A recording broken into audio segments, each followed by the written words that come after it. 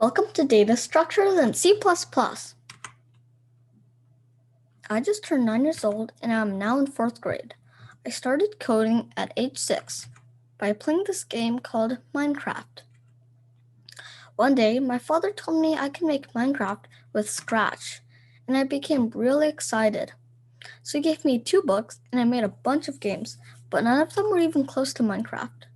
Still, I wanted to learn more, so I spent some time on code.org. I found out it was quite limited, so I learned Python, which was easy, and I used it to make an Android app. But if I was going to make Android apps, why couldn't I do Android directly with Android Studio? Then I learned Android, which included Java and Kotlin. Finally, I used Visual Studio Code in order to learn C++. Not long after that, I realized that computer science is a lot more than just coding. So I learned data structures, the core of CS. It is so fun, and I want to share it with you in this course. Let's get started. Here are the topics we're going to cover in this course. First, we're going to do some brief C++ tutorials, and then we will cover some basic algorithm analysis, which will be used to design efficient data structures. Then, we will start with 2 basic data structures, stacks and queues. Next, we will dive into more complex data structures, such as linked lists, and we will use recursion to implement binary trees and balanced binary trees. Then those will be followed by hash tables and priority queues. At the end, we will learn about graphs, which are used for describing networks, including social networks, such as Facebook and Twitter. In fact, Facebook's API is called a graph API. So why should we use C++ for data structures and not some other language such as Java or Python? Well, because C++ has low-level access to memory management, performance optimization, and this feature called pointers. On the other hand, it has high-level features of object-oriented programming, OOP. Last but not least, it has a standard template library, which includes existing algorithms and data structures, which we will learn later. It also includes efficient implementations that you can use. But before we learn about C++, let's take a look at where it came from.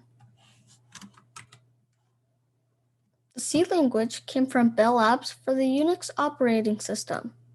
It also had low-level access to memory, and it was close to machine instructions. Here is a simple C++ program.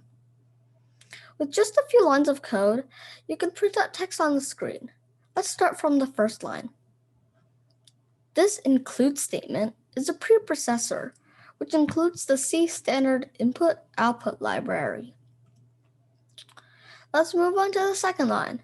Here we say int main, and we put void inside parentheses to start the program. For the third line of the program, which is inside the main function, we call a printf function that prints out text to the console. For the last line of the program, we must return an integer because the return data type of the main function is an integer. Returning a 0 means that we terminate the program normally. Now let's see the history of C++. In 1979, C was extended to support classes. Then in 1983, C++ was invented to be a fully object-oriented programming language. But C++ didn't stop there. Over the years, it is growing with more and more features.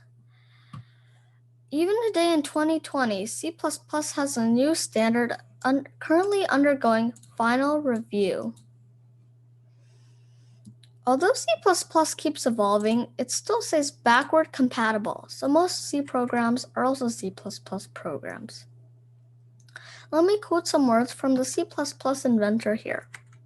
It summarizes 2 essential designs. First, it is an object-oriented programming language. Second, it provides low-level hardware access that makes it different from all different languages. Now let's take a look at a simple C program.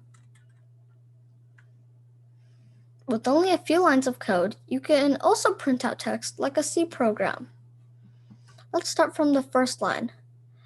We do an include statement to include the C standard IO library. Now let's move on to the second line of the program. We say using namespace std, which means that we can now access code from the std or standard namespace.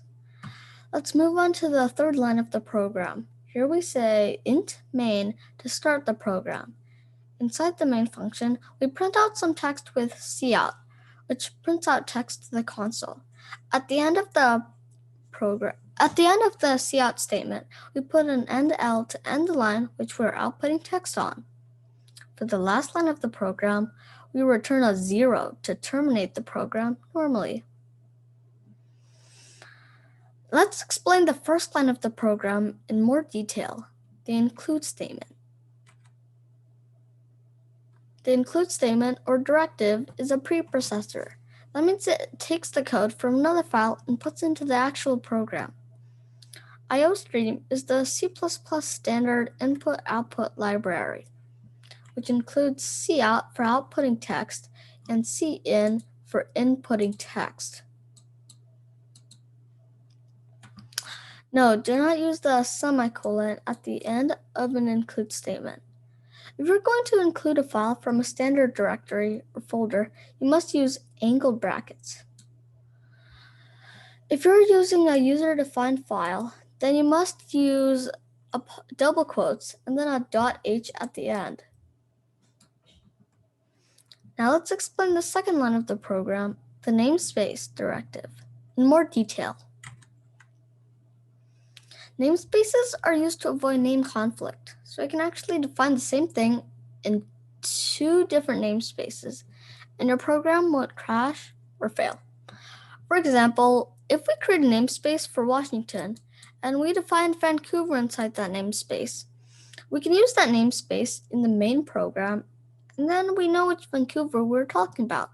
The same will go for if we create a namespace for British Columbia, and then define Vancouver inside there.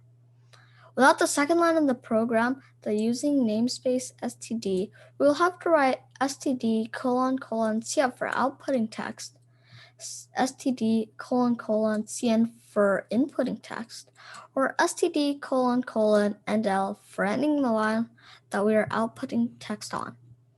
Now let's explore a new preprocessor.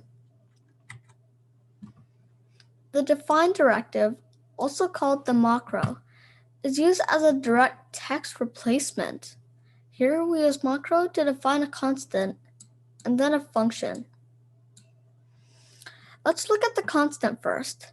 Here we use 3.14159 to replace pi anywhere in the code. Other than use the directive for text replacement, there's another way to define a constant variable using the keyword const. So what's the difference? If we use the define statement, then it has no type. It is simply just a text replacement, as we explained before. On the other hand, if we use the const keyword, then it is a variable, it has a type, and it can be scoped. For example, here when we're creating a const double, after we create it, then we know what type it is, which is different from the define statement. So far, we talked about the constant defined by macro. Then what about functions? Let's also see why the macro is sometimes not safe to use. Remember, the macro is a direct text replacement. In this program, the macro is a big trouble. In the main program, we print out the area of radius plus 1. But when we call the area r function, the result is pi times radius plus 1 times radius plus 1. Instead of what we expect, pi times radius plus 1 times radius plus 1. So if the macro is not safe to use, then what is the correct way to do it? The inline implementation is one way to solve this problem. It embeds the function and substitutes the function call at compile time. With the function, now the value of radius plus 1 is passed in as a parameter, r, instead of a text replacement. To define an inline function, it starts with the inline keyword. The inline function is most suitable for short functions, such as this example. However, the biggest advantage is that the inline function actually speeds up the program execution by reducing the function call overhead, so it is best for repeated short function calls. In a summary, a C++ program starts with preprocessing, which modifies the program according to the lines that start with the hashtag. The second step is compilation, which translates the program into an object file containing machine language code. The last step is linking, which merges and makes an executable file to run. Bye-bye.